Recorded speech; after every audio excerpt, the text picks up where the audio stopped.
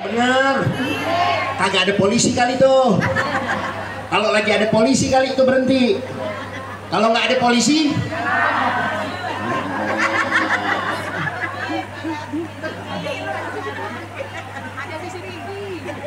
yang model begini ada nggak? Di Mari ada? Nggak ada. Kampung saya di Tebet. Nggak taunya dia habis naik kereta dari Lenteng Agung. Terus saya tanya rumahnya di Gang 100 juga. Ya, jadi orang yang naik motor tahu aspal kalau diadu sama kepala menang aspal, tapi pulang dari sini masih nggak pakai helm, walaupun tandanya orang apa tuh? Dan saya yang ngomong. Setuju apa enggak sini? Saya nggak berikan materi panjang-panjang enggak. Saya cuma pengen ibu-ibu pulang dari sini ngamalin nasihat-nasihat dari guru-guru kita. Saya yakin ilmunya banyakan ibu-ibu. Hadir ngaji rajin. Betul. Senin seragamnya putih. Selasa hijau. Kemis ganti-ganti. Saking rajinnya hadir pengaji. Pertanyaannya, dipakai nggak tuh ilmunya? Insya Allah. Kalau urusan helm aja nggak dipakai, padahal kan itu keselamatan buat dirinya. Kalau deket pakai helm, betul.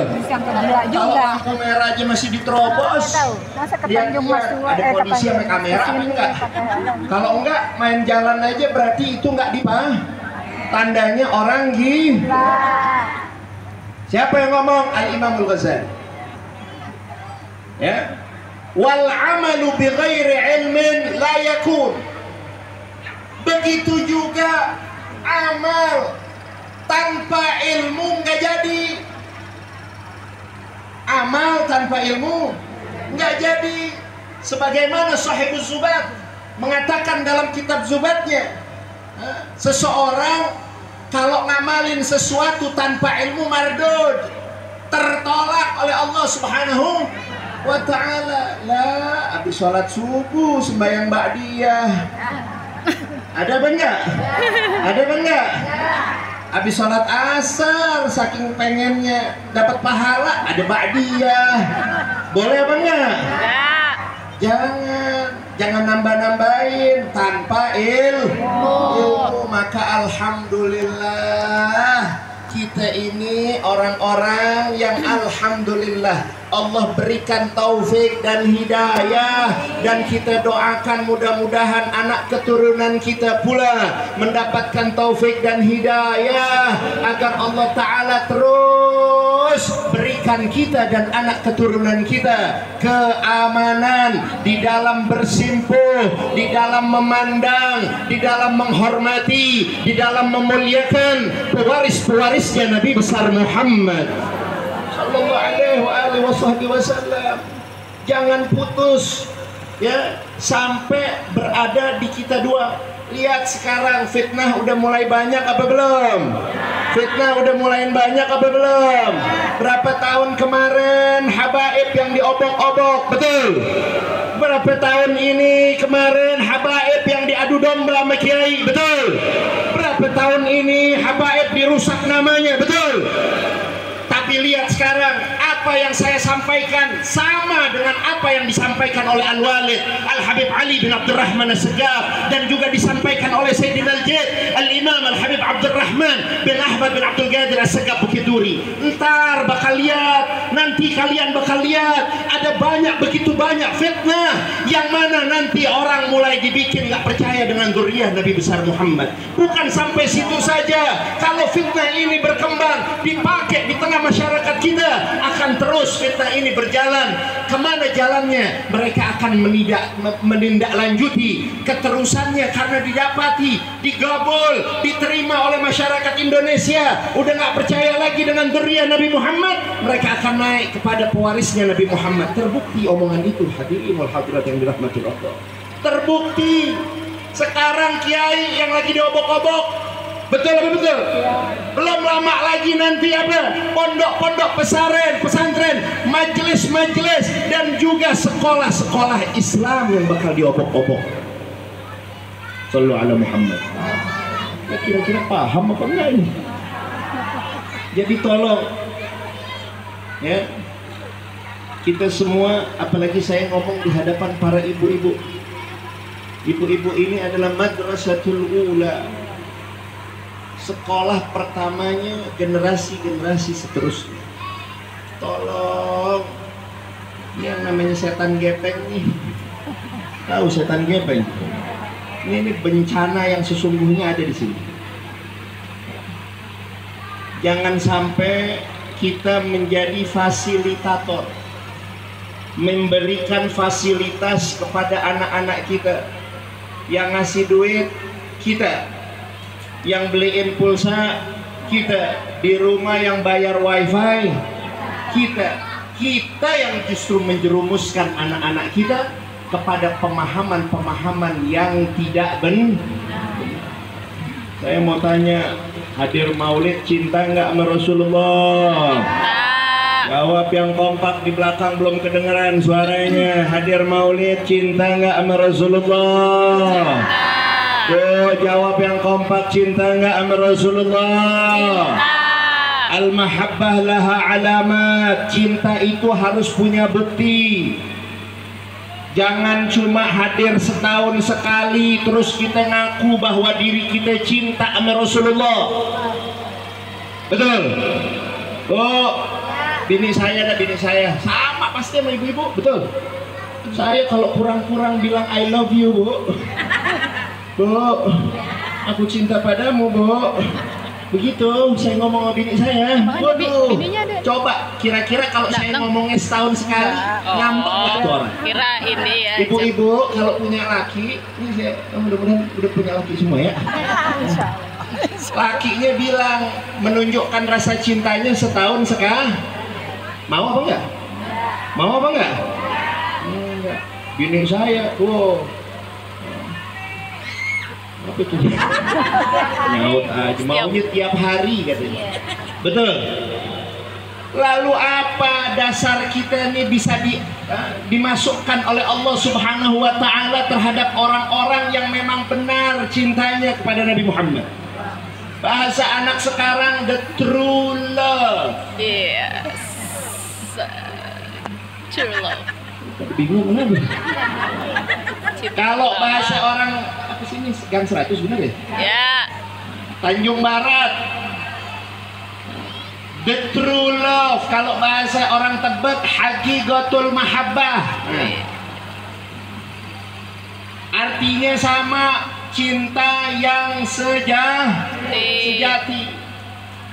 Apa tuh cinta sejati, Habib?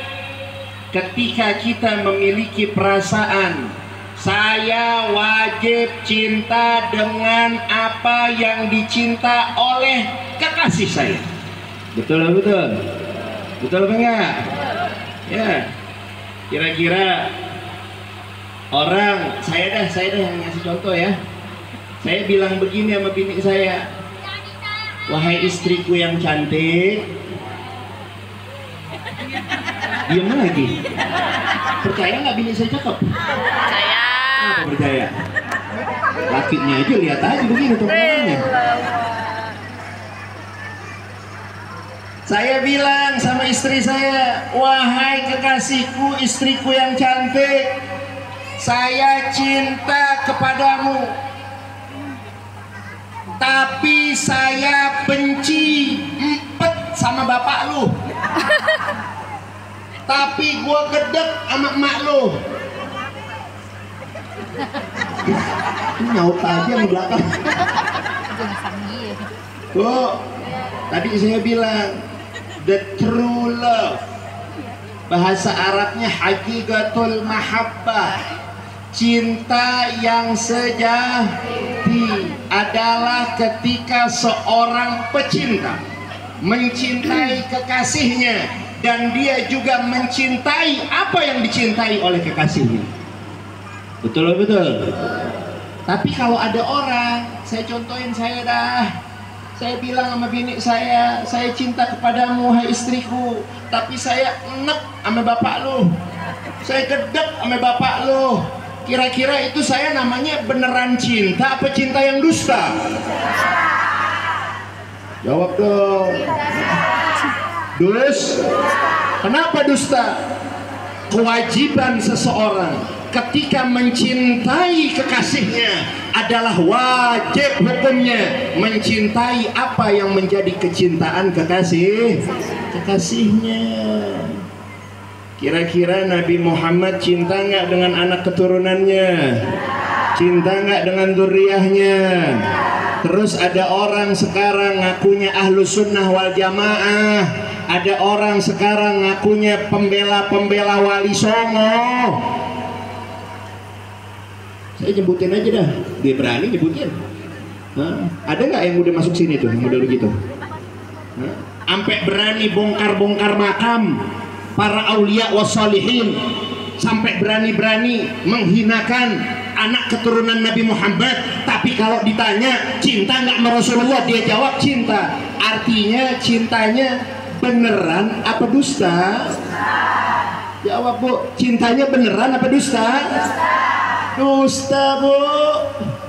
Ya, nggak ada para aulia, para kekasih Allah yang mengajarkan, yang sanad keilmuannya jelas tersambung kepada hadratur Rasul, junjungan baginda Nabi besar Muhammad. Ngajarin kebencian nggak ada.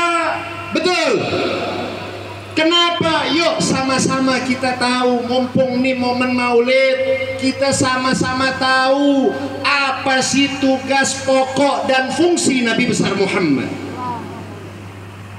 Kalau orang jadi pejabat, orang ada di yayasan dan lain sebagainya, dikasih jabatan, ada namanya tupoksi, tugas pokok dan fungsi.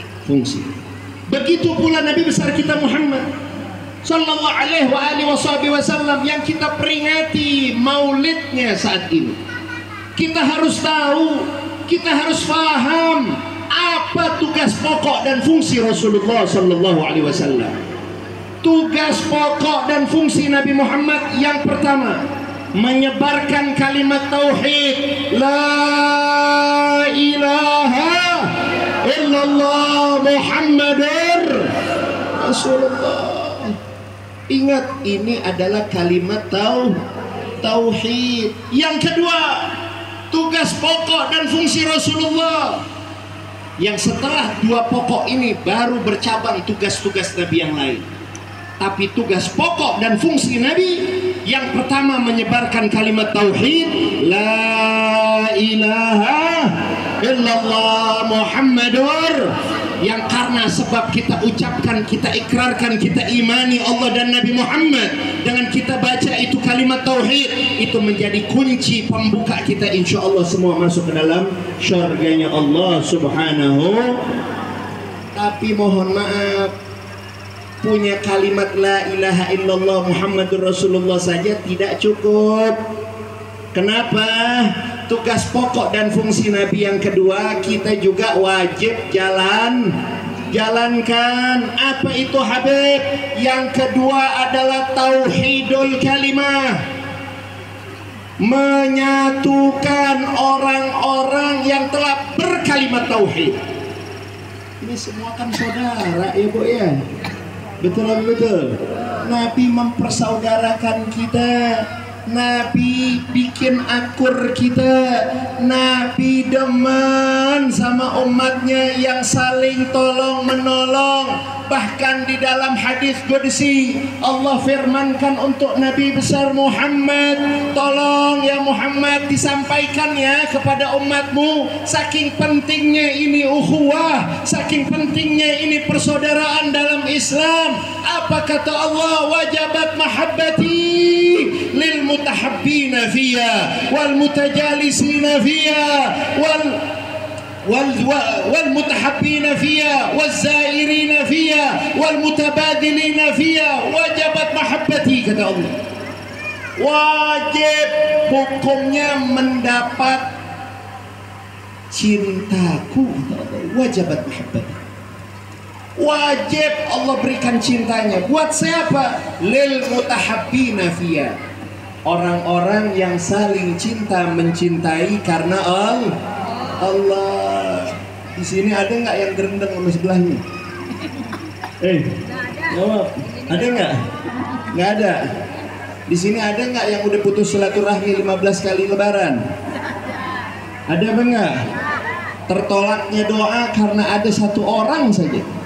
Kalau ada satu orang saja, di saat kita berdoa ada satu orang yang memutus tali silaturahim, maka doa yang banyak itu pula tidak akan tersampaikan kepada Allah Subhanahu wa Ta'ala. Karena sebab ada satu orang yang memutuskan silaturahim.